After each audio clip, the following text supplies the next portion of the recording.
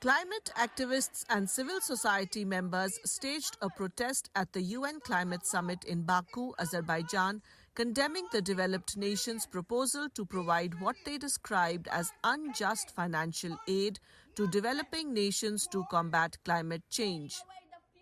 In response to protests from developing countries, the developed nations increased their financial aid commitment to $300 billion, up from the initial proposal of $250 billion to be provided by 2035.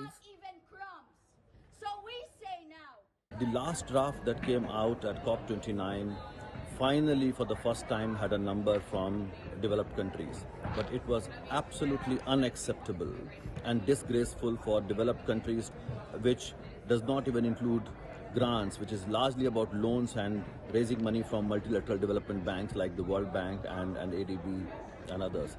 That's something which is not going to be acceptable to developing countries, and that's why they've gone back and now discussing what the new text could be.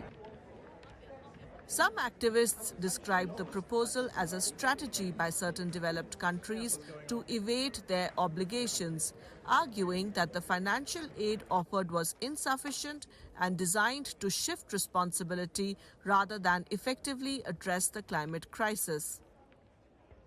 So we've been saying here that no deal is better than a bad deal, and what's on the table is a very bad deal, not just because the number for finance that's going to be provided to the Global South is too low, but actually because the text here would remove most of the obligations that developed countries have to provide finance at all. So this is the end game of a 10-year U.S. strategy to exit from their obligations to provide finance to the Global South. Developing nations have been demanding at least $1.3 trillion annually starting in 2025 to address their growing climate challenges.